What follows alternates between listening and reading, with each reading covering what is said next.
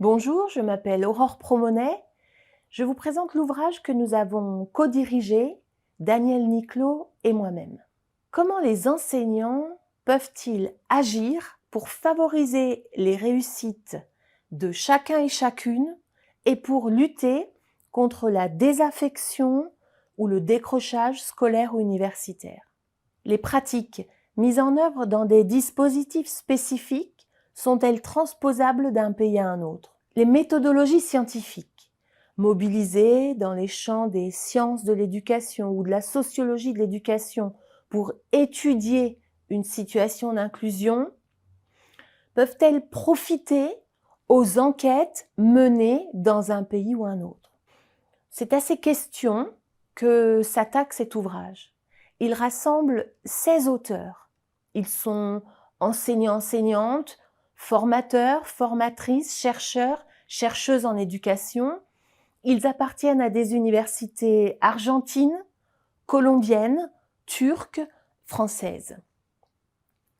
Ils œuvrent dans un collectif international et interuniversitaire, Euraléduc, Europe, Amérique latine, éducation. C'est une des raisons pour lesquelles cet ouvrage est publié en 2 langues. En effet, les textes des auteurs francophones ont été traduits en espagnol et quant aux textes des auteurs hispanophones, ils ont été traduits en français. La publication d'un ouvrage en 2 langues présente à nos yeux plusieurs intérêts.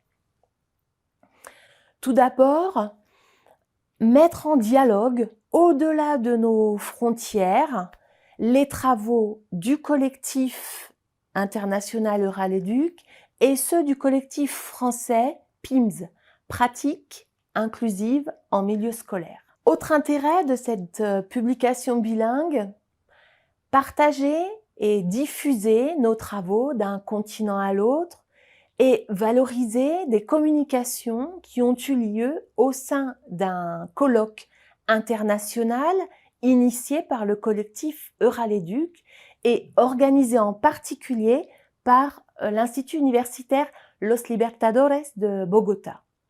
Ce colloque a eu lieu en juin 2019 à Carthagène des Indes, Cartagena en Colombie. Il a été soutenu par l'organisme Préfalc, Projet France, Amérique latine, Caraïbes. Cet ouvrage aborde la question de l'inclusion selon 3 approches.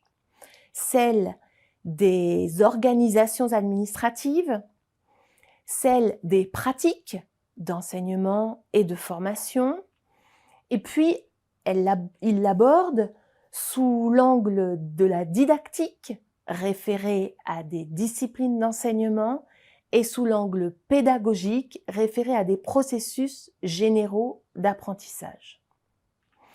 Il se constitue de 10 chapitres organisés en 3 parties. La première partie aborde la question des dispositifs d'inclusion et montre que leur mise en œuvre ne va pas de soi, mais que les enseignants peuvent prendre appui sur des politiques éducatives pour fixer un cadre pour penser l'inclusion. Dans ce chapitre sont croisés 3 regards. Pour la France, Jean-Michel Pérez présente ses travaux. Pour la Colombie, c'est Nair Rodríguez de Salazar. Et pour l'Argentine, le chapitre débute avec le point de vue d'Anna Pereira. La deuxième partie aborde les pratiques au sein des classes. Elle nous plonge au cœur des classes avec une autrice colombienne, Margarita Gutiérrez, et 4 auteurs français de différentes universités françaises, tous impliqués dans des instituts nationaux supérieurs du professorat et de l'éducation. Il s'agit de Daniel Niclot et de moi-même, de Géraldine Suot et de Frédéric Charles.